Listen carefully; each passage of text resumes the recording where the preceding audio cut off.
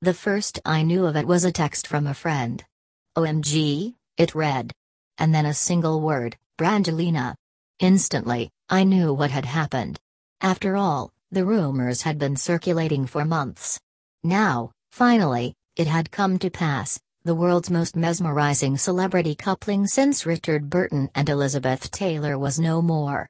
Brad Pitt and Angelina Jolie had announced their divorce.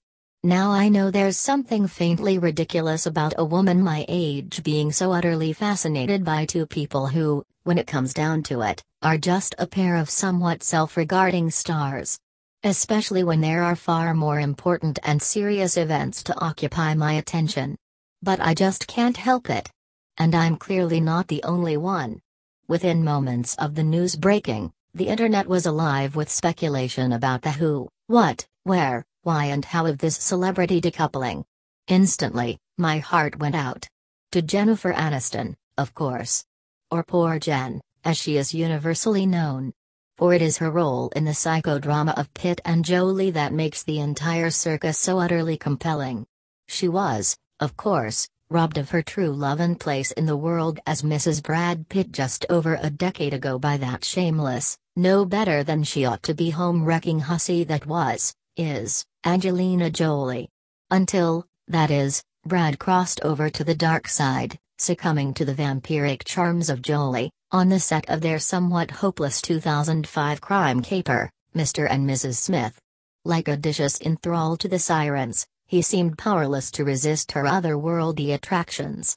Lashed to the mast of marriage with Aniston, he should have been content to lead a life of domestic bliss, siring little golden-haired children with his wife. Instead he broke free from his bonds, pursuing Jolie like a lost soul descending into Hades. Pitt duly divorced Jennifer and began a new life as half of the hottest couple on the planet. But the deities were not happy. For being with Angelina seemed only to diminish him. He began to wilt in the shadow of her fabulousness.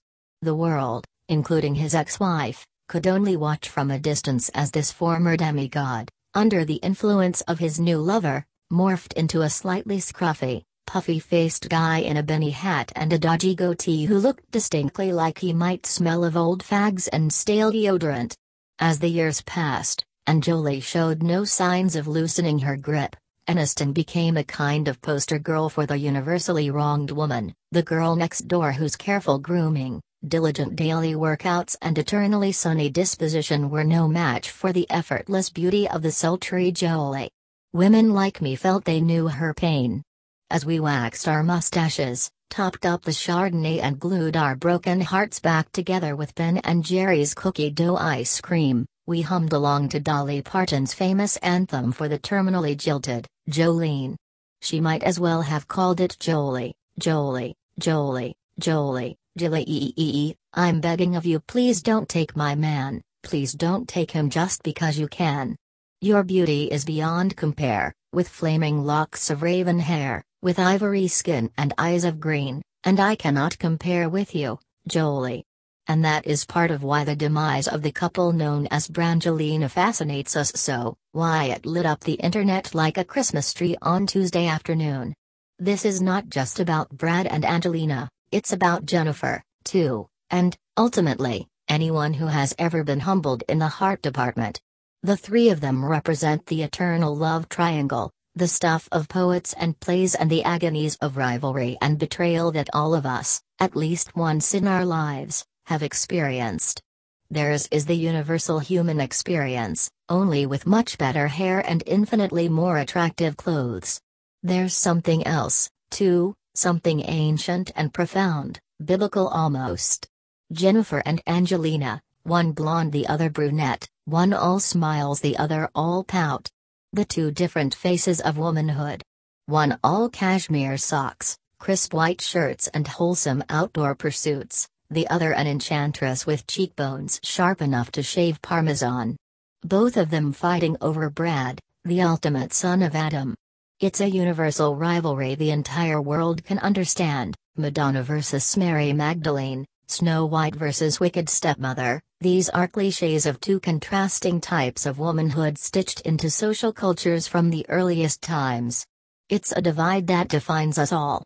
When Pitt ran away with Jolie, thousands of people the world over wore t-shirts proudly proclaiming themselves Team Aniston, to show their support for Jennifer. Far fewer sported Team Jolie tops. Now, the choice is between Team Brad and Team Angelina. Doubtless there will be no shortage of fans lobbying for one or the other. And already the Brangelina divorce is shaping up to be a humdinger. Jolie clearly plans to take no prisoners. Witness her request for full custody of their 6 children and the litany of marital misdemeanors he stands accused of. Bad parenting, drug taking, he has long been an enthusiastic user of marijuana, infidelity. What makes it all the more fascinating is that none of this fits the perceived narrative of their marriage. Oh, it's all so damn confusing. And so irresistibly thrilling. And this is just the beginning. Last year Jennifer Aniston married a film director named Justin Theroux. Will that last now that Brad's back on the market? And last but not least, what is Mr. Haig's role in all this?